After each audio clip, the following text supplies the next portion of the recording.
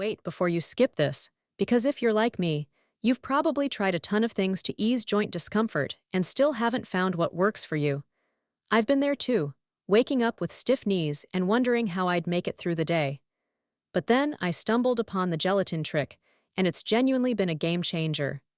The gelatin trick is all about incorporating plain, unflavored gelatin into your daily routine in a way that supports your body's natural ability to lubricate and cushion your joints.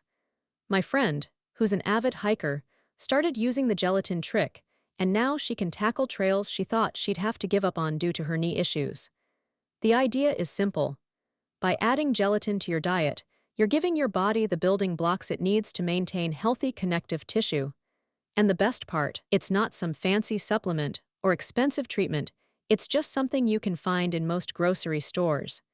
If you're curious about how to start using the gelatin trick for yourself, I've got you covered. Check out the link in my description for a simple way to get started.